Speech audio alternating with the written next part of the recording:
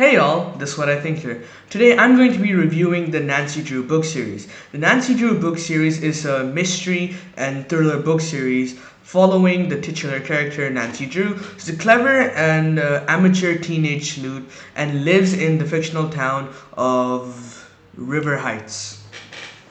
So the first book was released in 1930, written under the pseudonym Carolyn Keene, and this was following the success of the Hardy Boys trilogy, which was also written under a pseudonym Franklin D. Wixon. And one thing I like about the Nancy Drew series is like not only is Nancy Drew in and of herself, she's a good, strong female protagonist, right? But the mysteries, like the Hardy Boys series, they take place in very unique places.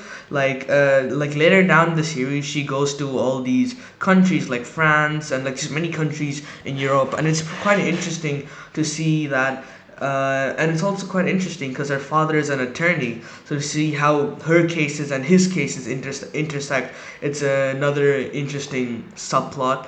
Once again, because the books have been released in 1930, they're very timeless. I'd have to say my favorite one would probably be the fifth one, The Secret of the Shadow Ranch, especially because of the secret in and of itself.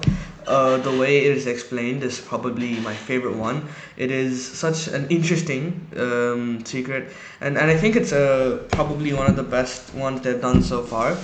But however, because it was written with a pseudonym, there are inconsistencies in writing throughout. I think there's more than 50 books in the original Nancy Drew series, and then when they modernized it to take out problematic content and change cultural references, or just to make like a spin-off, right?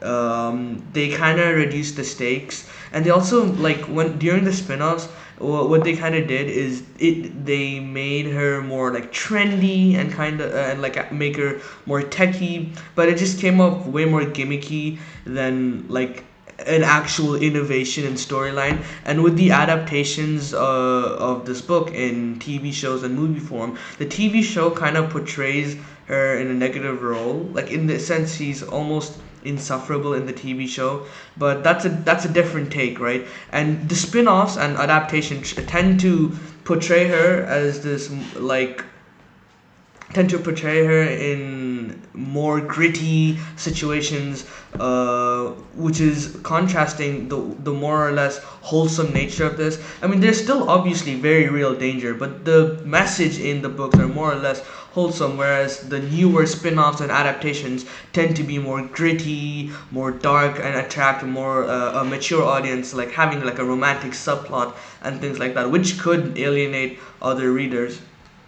And another thing with the mystery books in general is that you have the simple formulaic plot, which works well because you know where the story is going to go, and you know when to predict and when things are coming to an end, and it's like a very nice structure. But the problem is, as more and more you use that same structure, it starts to get predictable, and you're able to easily guess where the story is going, which starts to work against in its favor. So it's like a double-edged sword. And now there are the characters. Obviously, there's Nancy Drew. Then we have Carson Drew, who's her father. Like I said, he's an attorney. Then we have George Fane, a close friend of Nancy Drew, and she's very tomboyish. And then she's also Bess's cousin. And Bess is like one of Nancy's best friends, and she's very cautious, and she's very reluctant to get involved in all this detective stuff, but she's very loyal. And then we finally have Hannah Grun. I think I'm saying it correctly. I hope so. She's the housekeeper of the Drews. Carson Drew is often away on work, and as such, they do need a housekeeper just to keep everything in order. But Nancy is shown very early on that she's very capable of taking care of the house, and Hannah more acts like maternal figure, sort of, because Nancy lost her mother very early in her life. So I think that aspect, it gives it a bit of realism, and makes it more grounded and makes it more relatable to people. And like I was saying before, with the multiple spin-offs, you get that loss of charm that isn't not like the loss of charm because they put her in these gritty situations, the writing inconsistencies with multiple ghostwriters make it a bit iffy. But I still really like it because it's a really good gateway into reading. And my favorite character would probably be Nancy Drew herself because she's quite clever and intelligent, especially in book 5, which is my favorite. So thank you for watching. Please like, share, and subscribe.